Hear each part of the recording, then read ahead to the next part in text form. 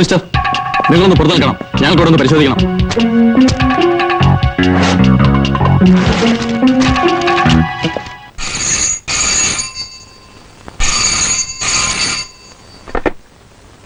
Hello, Kaimal here. അയ്യോ,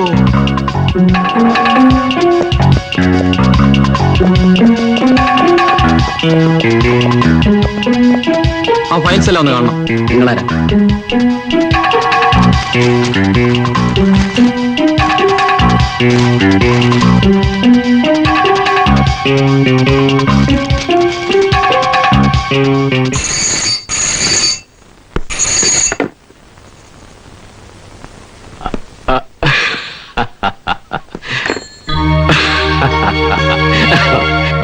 ലക്ഷക്കണക്കിന് രൂപയുടെ സാധനങ്ങളാവും അവന്മാർ പിടിച്ചെടുത്തത്. ഇനിയിപ്പൊ കേസ് പറയാനും കുറെ ചെലവാകും. എടോ, കാശ് നമുക്ക് നാളെ ഉണ്ടാക്കാം. എന്റെ പേടി അതല്ല. നമ്മൾ തമ്മിലുള്ള എല്ലാ ബന്ധവും മുഖ്യനറിയാം. ഇനി ഇതിന്റെ പേരിൽ മന്ത്രിസ്ഥാനം വല്ലതും പോയാൽ അതോടെ നമ്മുടെ എല്ലാ കളികളും തീരും. കയ്യും കണക്കുമില്ലാതെ ജിക്ക് കാശ് വാരി എറിയുന്നുണ്ട്. കിട്ടിയ ചാൻസില് നമ്മളെ ഷെഡിലാക്കാൻ അയാളുടെ നീക്കം. നമ്മുടെ കൺസേൺസ് റെയ്ഡ് ചെയ്യിച്ചതിന് പ്രതികാരമായി നമ്മളും ജി കെയിലെ ഓപ്പറേഷൻസിനെ കുറിച്ച് അധികാരികൾക്ക് വിവരം ചോർത്തി കൊടുക്കണം. പരസ്പരം വെട്ടി മരിക്കാമെന്നല്ലേ? രാഷ്ട്രീയക്കാരുടെ ഇടയിലുള്ളതിനേക്കാൾ കിടമത്സരമാണല്ലോ അധോലോകക്കാർ തമ്മിൽ. ഈ പക തീർത്തില്ലെങ്കിൽ രണ്ടു കൂട്ടർക്കും ദോഷമാ. പിന്നെ കയ്യും കെട്ടി നോക്കിയിരിക്കണമെന്നാണോ സാറ് പറയുന്നത്? ഞാനൊരു വഴി പറയട്ടെ. സാറ് മനസ്സ് വെച്ചാൽ ജി കെയെ കൂടി നമ്മുടെ ക്യാമ്പിലേക്ക് കൊണ്ടുവരാൻ പറ്റും.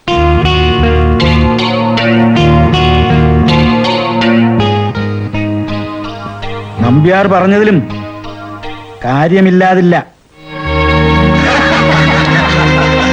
ദൈവമേ, എന്റെ ശനിദശ തീർന്നു. ഇപ്പോഴെങ്കിലും തെറ്റിദ്ധാരണകൾ മാറിയല്ലോ. സോ ഇവിടെ വെച്ച് നിങ്ങൾ തമ്മിലുള്ള എല്ലാ പ്രശ്നങ്ങളും അവസാനിച്ചിരിക്കുന്നു. ഓക്കെ? ഓക്കെ. അപ്പോ നമുക്ക് അകത്തേക്ക് ഇരിക്കാം.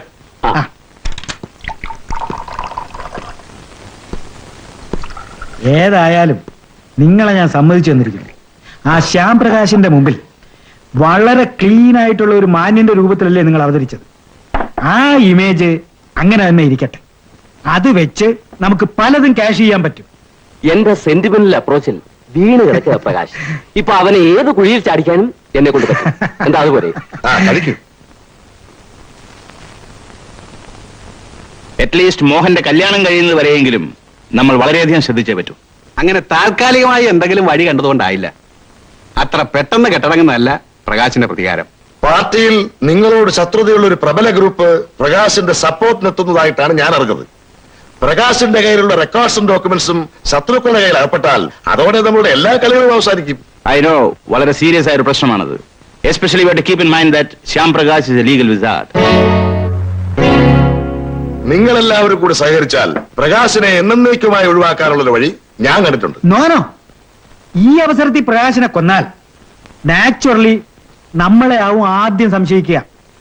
അതിനി അല്പം പോലും ലൂപ്പ് ഹോൾ ഇല്ലാത്ത ഒരു മർഡർ ആയിരുന്നാൽ കൂടി. ഇപ്പോ തന്നെ മുഖ്യന്റെ ആൾക്കാർ എനിക്കെതിരായി തിരിഞ്ഞു തുടങ്ങിയിട്ടുണ്ട്. അതിന് പ്രകാശിനെ കൊല്ലണമെന്ന് ആര് പറഞ്ഞു? പിന്നെ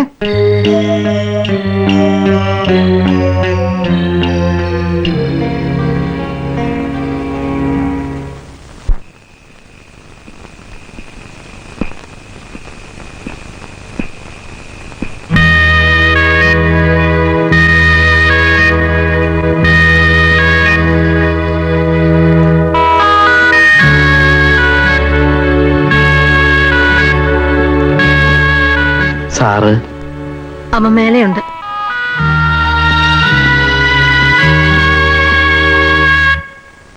may I come in sir?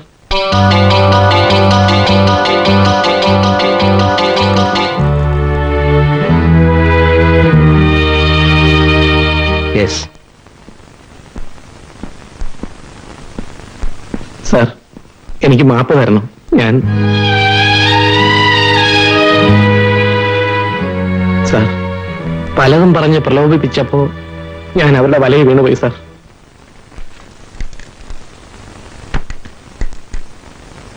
Gopalakrishnan ഇരിക്കെ. സാർ, ചെയ്ത തെറ്റിന് പരിഹാരം ചെയ്യാനും എനിക്ക് സാധിക്കും സാർ.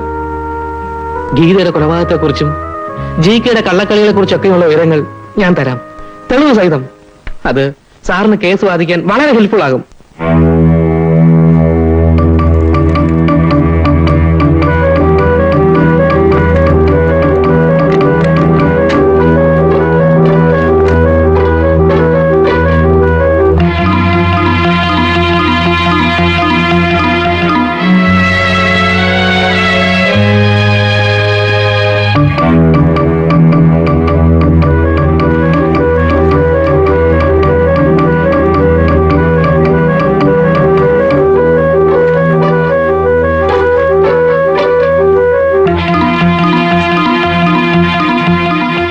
എന്നാ ഞാൻ ഇറങ്ങട്ടെ.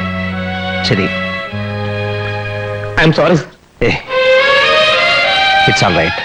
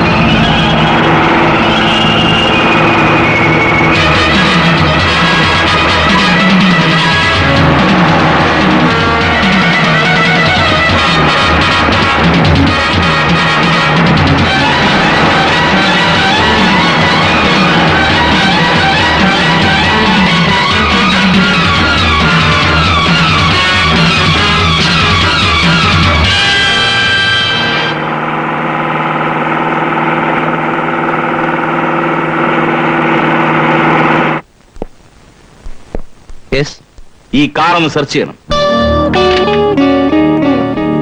എന്താ കാര്യം? നിങ്ങളുടെ ജൂനിയർ ആയിരുന്ന മിസ്റ്റർ ഗോപാലകൃഷ്ണനെ ഇന്നലെ രാത്രി നിങ്ങൾ തട്ടിക്കൊണ്ടുപോയതായി അയാളുടെ അമ്മ പോലീസിൽ കംപ്ലൈന്റ് ചെയ്തു. തട്ടിക്കൊണ്ടുപോയെന്നോ? What do you mean? I mean what I say. ഇതാ വാറന്റ്.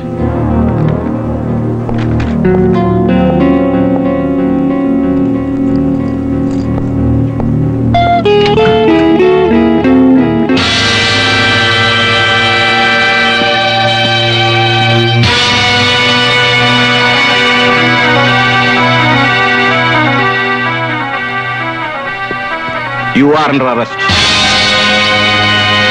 പ്രതിക്ക് ജാമ്യം അനുവദിച്ചാൽ തെളിവുകൾ നശിപ്പിക്കുമെന്നുള്ള പ്രോസിക്യൂഷന്റെ വാദത്തോട് യോജിക്കുവാൻ കഴിയുന്നില്ല.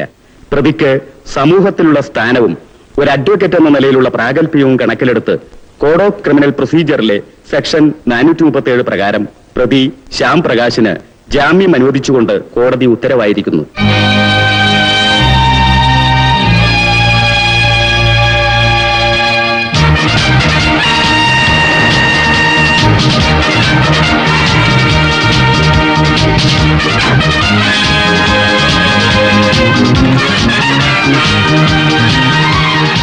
പ്രകാശ്, അതെ, ഞാൻ തന്നെ. പുതിയ തന്ത്രങ്ങൾക്ക് രൂപം കൊടുക്കുകയാണല്ലേ?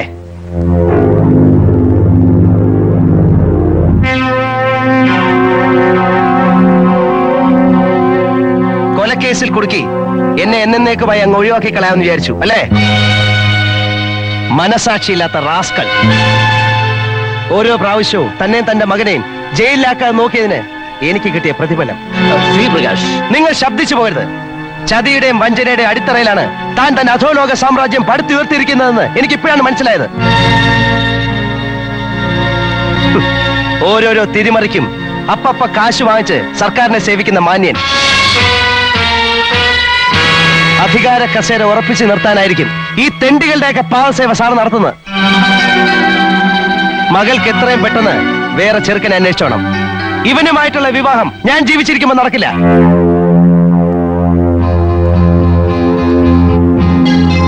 ഗോപാലകൃഷ്ണന്റെയും ഗീതയുടെയും കൊലപാതകങ്ങളെ കുറിച്ചുള്ള എല്ലാ തെളിവുകളും എനിക്ക് കിട്ടിക്കഴിഞ്ഞു.